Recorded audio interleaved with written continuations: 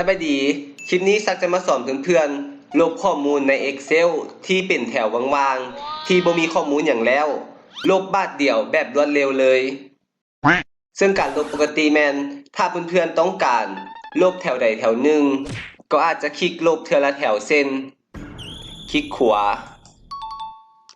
แล้วก็กด delete ถ้าว่ามีแถวว่างที่ต้องการลบเป็น10-20แถวเขาจะมานั่งลบเทือละแถวแบบนี้เสียเวลาเท่าไหร่เติมในการเฮ็ดเวียกแม่นบ่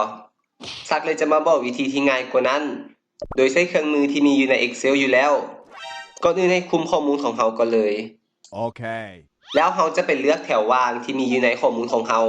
วิธีการเลือกแมนก่อนอื่นไม่ให้กด Ctrl G อยู่คีย์บอร์ด Excel จะไปที่คำสั่ง Go to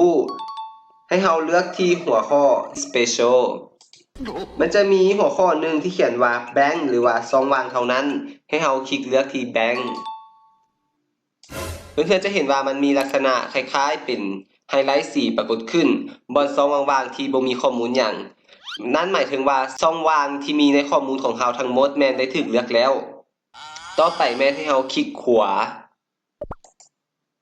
แล้วเลือก delete มันจะถามเราอีกเทื่อนึงว่าหลังจากลบเสร็จแล้วจะให้ข้อมูลที่เหลือไปไว้อยู่ไสให้เราเลือกที่หัวข้อ10 Cell Up ก็คือข้อมูลของเราก็จะถูก10ขึ้นไปหรือว่าเลื่อนขึ้นไปเทิงนั่นเองเพียงเท่านี้ก็เสร็จสิ้นแล้วง่ายๆบ่ต้องเสียเวลามาลบเทื่อละเซลล์แล้ว